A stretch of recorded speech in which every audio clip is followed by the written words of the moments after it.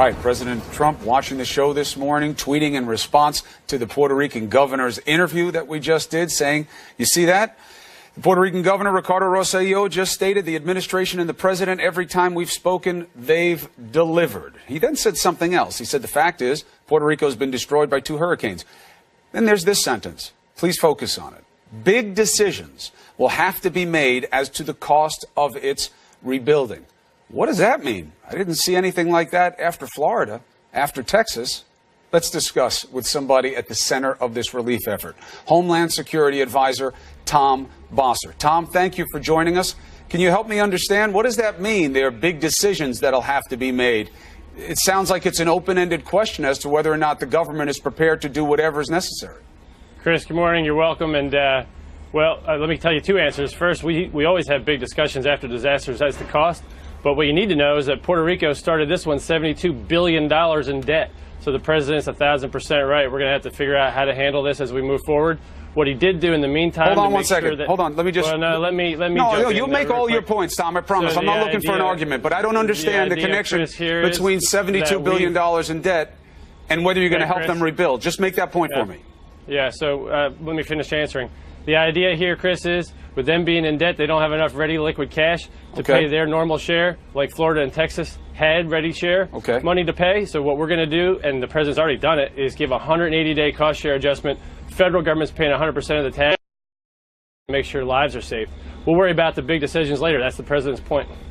So the president's point is we'll do whatever it takes, and we'll do it as time demands. That's what he meant when he said big decisions will have to be made as to the cost of its rebuilding? The president's already doing what it takes. What he's doing is what any good leader does, is looking at the horizon for decisions that are going to come over the next 3-4 weeks and the next 3-4 months. Okay, so we'll assume that means that the full energy and effort will be there to rebuild Puerto Rico, just like we need to see in Florida and Texas, and we'll stay on that from an accountability angle. Now to the larger question. There's no question that Governor of Puerto Rico, Rosselló, says you guys have been responsive, you've been active, you have been there for him. That has never been questioned. He also acknowledges that the reality for millions of people on the ground is unacceptable and that the logistical scheme down there has been inadequate. Both things can be true. Do you accept that? Well, I don't accept that we're doing anything short of everything we can do. Yes, I accept that the people are going to see at the very end the last person in the most hardest to reach area is going to receive the assistance in a way that's less acceptable than we'd like to. We'd like to give them a bottle of water and food immediately, but I do accept that there's going to be a difference between a full-throated, adequate response and the complete satisfaction of bringing that entire territory back to its full functional state. There's no question. It's not the last person in the farthest outreach. Our reporters, you go 25 minutes outside San Juan, you get a very different reality. And that is the truth of the situation. It's not exaggerated. It's not hyped. It's not unfair. It's not non-contemporaneous. It's the reality right now on the ground. There are too many people in a state of desperation. That's just a fact. Would you differ with that? No. I guess, Chris, the slightly argumentative tone I'm taking here is that earlier today, probably 6:20, right, 20 minutes ago, you said to our colonel in the field that no one doubts our efforts or commitment, his efforts or commitment. That colonel's there because of President Trump. And now what I hear from you is that you're doubting his efforts and commitment. So which is it? No, I think that this is about how you're perceiving it versus how it's said. I'll say it again. The Corps of Engineers are good men and women. We know they're working their asses off. We understand that that's what's happening there. That's what they do every time out. Nobody's questioning that there is a level of commitment. The question is, has it been there from jump? We know the president was slow to come to this with his public statements. That's a matter of fact. It's public record. You can see it from his Twitter. If you want to have that debate, I'll have it with you. I think it's a little beside the point right now. I'm not saying that FEMA wasn't there, that Brock Long wasn't locked in. But logistically, General Honore has no reason to say that the logistics have been screwed up on the ground and needed to be adjusted gratuitously. That's not the kind of guy he is. We know what he did after Katrina. We know he knows the kind of situation. So criticism of the logistics, things needing to be done better, which is echoed by the extra manpower and military influence you put in place, seems to be the reality. It's not about shooting down the White House and building up the Corps of Engineers. It's about a balanced reality. No, I don't think so. I think the criticism yesterday from you and your network wasn't well placed. I think what President Trump did was put forces in place before the storm, not slow to respond after it. We had a 4-star admiral, and yesterday your reporters were focusing on a 3-star general. We've got a system in place that deployed more men and women before the storm for this storm than we did for the last one. And we're coming off the 3rd in a row successful response effort. Now, to your point, though, Chris, I concede it's a difficult situation in an island involved in a major hurricane to bring in all those supplies and then successfully distribute them. I think that's the governor's distinction earlier today. He's in receive mode of millions and millions of gallons of water, food, 10,000 people that he's bringing onto his island to help distribute the aid to his people. And he's running into closed roads, down power lines, and the other destructive forces of nature. So that is, and you've seen this. There was a comparison to a war zone that you've attended earlier this morning on your show. What you're now seeing, though, is the collective unified effort of all levels of government overcoming that challenge. There's no question that the effort is there. It's about, was it there from jump? And again, you can see it as criticism of the president. That's not the intention. It's about delivering help to those people in need. Yeah. That's all that really matters here. We can have all these other debates later on, but in terms of, well, this is the media misplaced criticism, General Honoré ain't a reporter. Okay? Yeah. He's a guy who knows the field, knows logistics, knows what it takes. He's been critical. What do you say to him? Well, I've known General Honoré since I served with him during the Katrina response, and I talk to him regularly. In fact, I talked to him yesterday. What he's observing is the same logistical challenges. What he's wrong on was his assessment that we didn't have a 3-star general command in charge or in place in time. That's an assessment based on his experiences in Katrina, which, quite frankly, this government has fixed in the last 8 to 10 years since. That 3-star general was there. In fact, he took ground force command from our 4-star admiral who had it prior to the storm. So what we do is we forward deploy, and we have assets controlled by Northern Command, but we have a military command structure that's in place in between there that we either base out of Fort Sam Houston or off of the Kearsarge, which is what we did this time off the island. So we were afloat with men and women here to help. And we can debate it later, Chris, but I want to make sure today you know that Brock Long is committed to this response. I'm committed to this response. And between the two of us, we've got the Homeland Security and FEMA emergency management community headed in the right direction. I have no question about what Brock Long has been up to. That doesn't mean that criticism of the president waiting about a week before he started talking about this is unfair. There's no question that you've made changes to improve the logistical command on the ground in Puerto Rico. That's just true. We're seeing it every day. Why did you have to change it? Because it was inadequate. You can see that as criticism. I see it as an adjustment of reality. What's the difference? I just see your assessment as wrong, Chris. So where is it wrong? Much to debate on that. Where is it wrong? What we do is we have to adjust to. So I guess I'll back up. Every disaster is different. Let me walk you through the brief history of how we've responded to each one correctly. We responded to the disaster in Texas with the affordable and reasonable access to trucks, restoration crews, and so forth that brings the continental contiguous United States.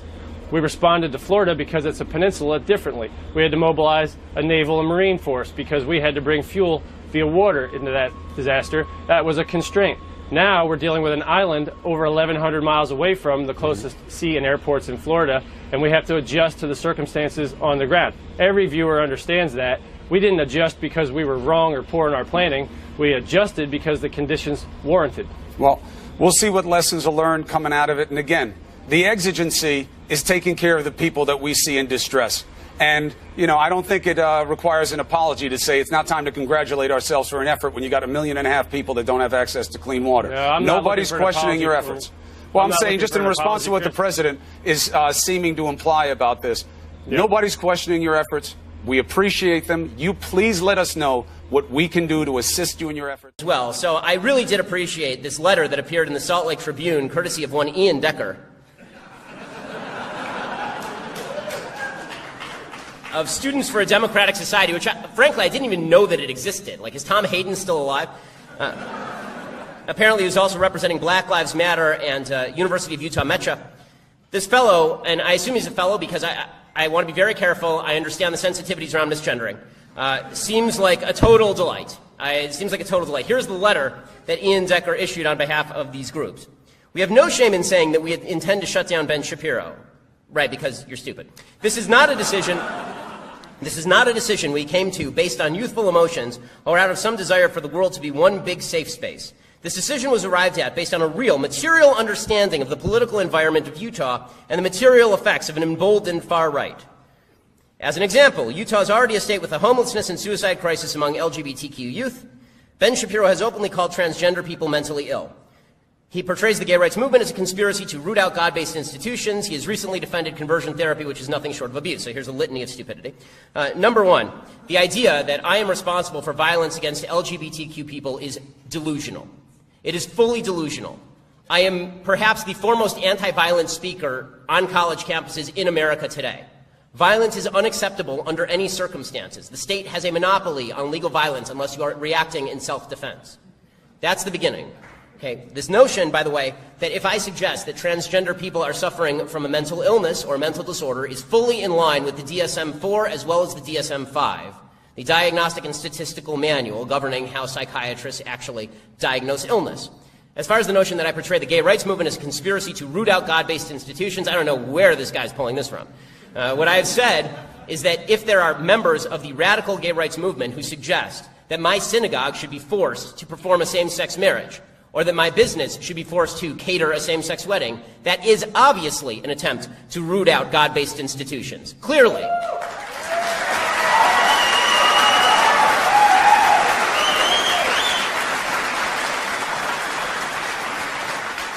This notion that I've recently defended conversion therapy, again, I don't know where this comes from.